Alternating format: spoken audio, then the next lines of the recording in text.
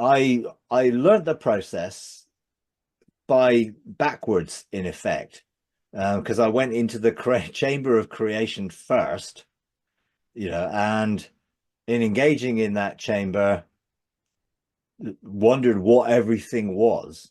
And I went in there not on my own. I went in there with Nancy and Justin and a few others, and we were, what is this place? And actually, it was something that we were all drawn to, on one of the backgrounds that I have of the cosmic reef. And there's a blue sort of portal, and in the middle, there's a point of light. Literally, you could say it's an event horizon from that realm into this realm, which releases creativity.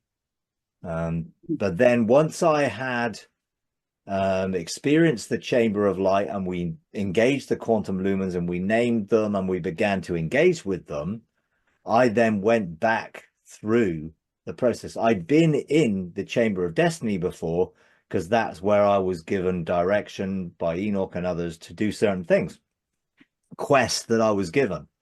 And that was behind the waterfall, where the sound of many waters is. And I'd been in that waterfall many times, and I'd sort of gone up the waterfall and discovered this cave. And in this sort of chamber, there was Enoch, and Enoch directed me to certain quests that I was called to fulfill.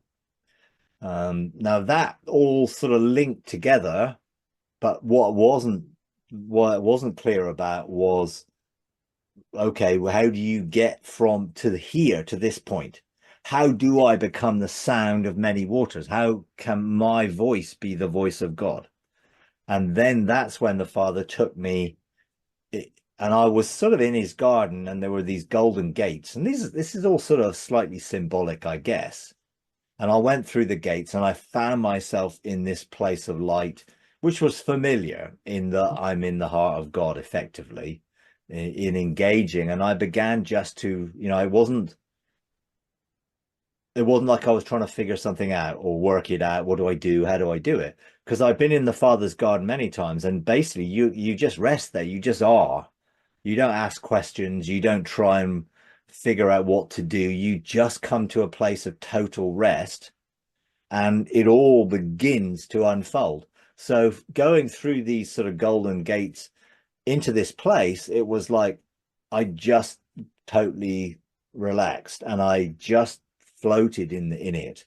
And that was the place of brooding, where it was like something was being incubated, God's thoughts, God's desires, that was beginning to touch me. And in touching me, I began to resonate with those thoughts. My thoughts and his thoughts were in agreement, in harmony. And then literally that I was his voice. I could speak those thoughts into being. So I went to, the waterfall. It was like something's happened in me. Something is pregnant in me. How do I release it? And I found myself at the waterfall, and literally the sense of the sound of many waters, I was sort of formed into that sound.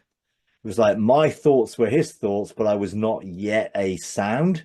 I was not yet the frequency of it. And by being there under the waterfall, that for me sort of formed me into a sound that meant the light would respond to me as it would respond to God,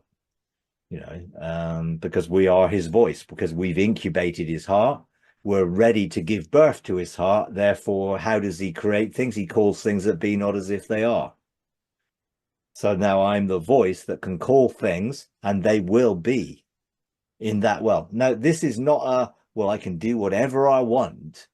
It is very specifically aligned to what I've resonated with and come into a harmony with.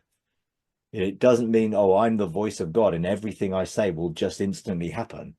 Now that might be what we become when we become fully mature and fully ascended fathers, if you like, in that role. But at the moment, I go through the process. I want to know the Father's heart.